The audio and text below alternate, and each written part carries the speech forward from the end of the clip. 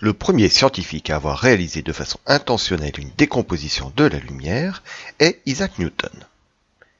Il réfléchit longtemps avant de comprendre le phénomène. La lumière blanche est composée d'un ensemble de lumières colorées. C'est ce que l'on nomme le spectre de la lumière.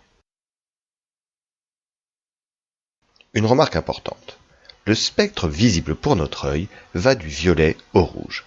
Mais ce ne sont pas les seules lumières présentes.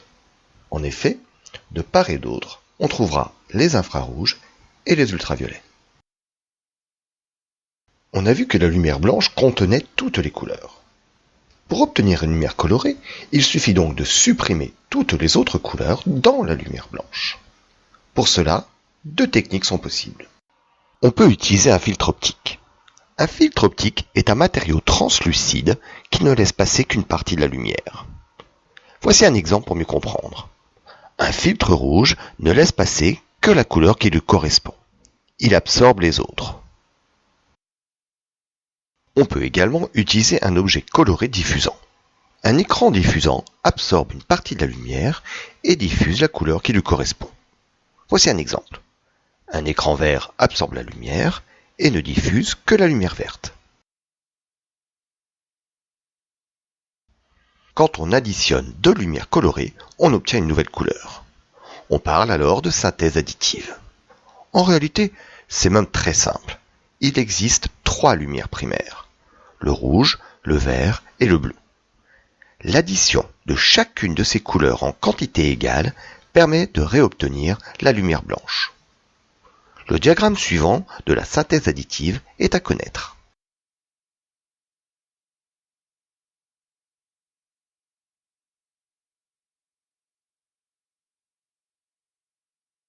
Quand on mélange deux peintures, le phénomène est différent. On parle alors de synthèse soustractive. Les couleurs primaires sont dans ce cas le cyan, le jaune et le magenta. Ce diagramme permet de retrouver les couleurs secondaires. Mais cela mérite une petite explication. Prenons un exemple. Le mélange de peinture jaune et cyan sur une feuille blanche. La lumière blanche qui éclaire la feuille contient le rouge, le vert et le bleu. La peinture jaune absorbe le bleu et diffuse le rouge et le vert.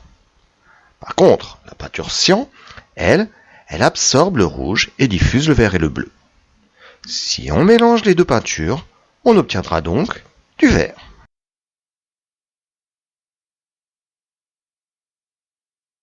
La couleur d'un objet dépend de la lumière qu'il éclaire. Sa couleur naturelle est celle qu'il a quand on l'éclaire en lumière blanche.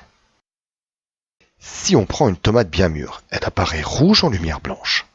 Ce qui veut dire qu'éclairée en lumière blanche, elle absorbe le vert et le bleu et ne diffuse que le rouge.